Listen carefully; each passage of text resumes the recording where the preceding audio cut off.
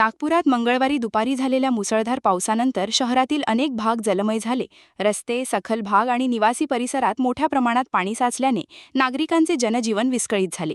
या पार्श्वभूमीवर काँग्रेसचे नेते प्रफुल्ल गुडघे पाटील यांनी महापालिका प्रशासनावर जोरदार टीका केली आहे. शहरातील पाण्याच्या निचऱ्याचे कोणतेही प्रभावी नियोजन नसल्याने आणि केवळ कमिशनखोरीच्या राजकारणामुळे हजारो नागरिकांच्या घरात पाणी शिरल्याचा आरोप त्यांनी केला आहे. मंगळवारी दुपारी झालेल्या मुसळधार पावसामुळे नागपूर शहरातील अनेक भागांमध्ये मोठ्या प्रमाणात पाणी साचले. अनेक सखल वस्त्या, रस्ते आणि निवासी भाग जलमय झाल्याने नागरिकांना मोठ्या अडचणींचा सामना करावा लागला. काही ठिकाणी घरांमध्ये पाणी शिरल्याने घरगुती साहित्याचे नुकसान झाले, तर वाहतूक व्यवस्थेवरही मोठा परिणाम झाला.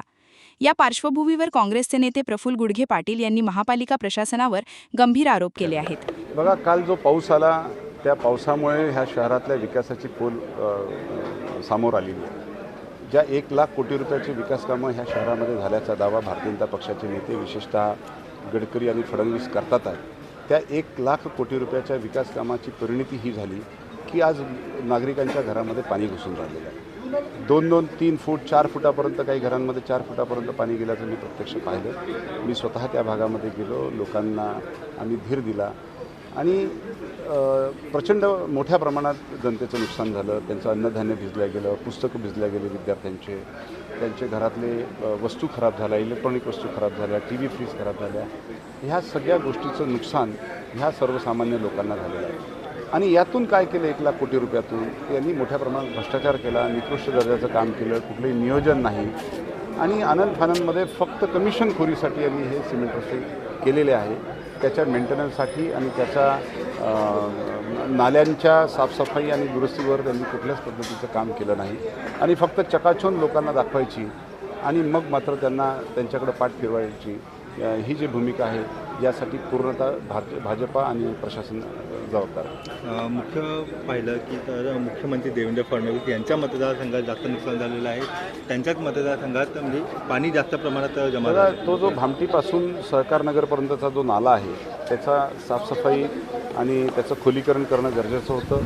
सोबतच जे लंडन स्ट्रीटची जी जागा आहे, लंडन स्ट्रीटच्या जागेवर यांनी मोठमोठ्या कॉम्प्लेक्सेस तयार केले. त्यामुळे हे नाल्यावरचं जे पाणी नाल्यापर्यंत वाहून न जाता रस्त्यावरून व्हायला लागलं आणि रस्त्यावरून वाहत जात लोकांच्या घरामध्ये ते शिरलेलं आहे. त्यामुळे यांच्या विकासाच्या ज्या कल्पना आहे त्या भ्रष्टाचाराच्या परिकल्पना आहे.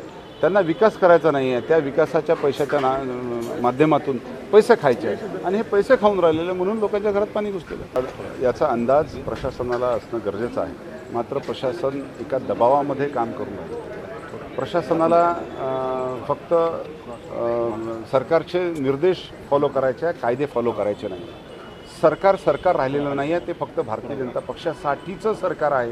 ही स्थिती निर्माण झालेली आहे. त्यांना पक्षाचं काम करायचं आहे, जनतेचं काम करायचं आहे. त्यामुळे प्रशासन प्रोजेक्ट तुम्ही सांगा मला. लंडन स्ट्रीट झालं, लंडन स्ट्रीट कुठला ड्रीम असतो? कोणाचा ड्रीम आहे? आणि त्यांचं स्वतःचं ड्रीम आहे, जनतेचं ड्रीम थोडी नाही. ते कुठलं दुसरा फुटाळ्यात मधले फाउंटन कोणाचं ड्रीम आहे? गडकरींचं ड्रीम असेल, त्यांनी त्यांच्या पैशाने पूर्ण करावं. लोकांच्या पैशावर तुमचा शौक पूर्ण करून राहिले का तुम्ही? मी सांगितलं की महानगरपालिका आता फक्त स्कूल ऑफ करप्शन नाही राहिली, ती युनिव्हर्सिटी झालेली आहे. युनिव्हर्सिटी ऑफ करप्शन आहे आणि याचे व्हाईस चान्सलर नागपुरातले 2 नेते आहेत. आता याच्यात सगळं आलं. शहरातील पाण्याच्या निचऱ्याचे कोणतेही ठोस नियोजन करण्यात आले नसल्यामुळे ही परिस्थिती निर्माण झाल्याचा दावा त्यांनी केला. प्रफुल्ल गुडघे पाटील म्हणाले की शहरातील नालेसफाई, जलनिस्सारण व्यवस्था आणि पावसाळ्यापूर्वी करण्यात येणाऱ्या कामांमध्ये नियोजनाचा पूर्णपणे अभाव आहे. विकास कामांच्या नावाखाली केवळ कमिशनखोरीला प्राधान्य दिल्यामुळे नागरिकांना त्याची मोठी किंमत मोजावी लागत आहे. यंदाच्या पावसात हजारो नागरिकांच्या घरांमध्ये पाणी शिरले असून त्यांच्या संसाराचे मोठे नुकसान झाले आहे, अशी टीकाही त्यांनी केली. तसेच पावसाळ्यापूर्वी नालेसफाई आणि जलनिस्सारण यंत्रणेची प्रभावी अंमलबजावणी झाली असती तर अशी परिस्थिती उद्भवली नसती, असा दावा त्यांनी केला.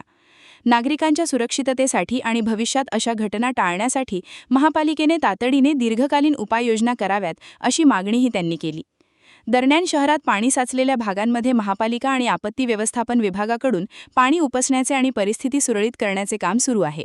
मात्र या संपूर्ण घटनेनंतर शहरातील पावसाळी नियोजन आणि जलनिस्सारण व्यवस्थेवर पुन्हा एकदा प्रश्नचिन्ह उपस्थित झाले आहे. कॅमेरामॅन सचिनसह सनी भोंगाडे, शंखनाद न्यूज, नागपूर.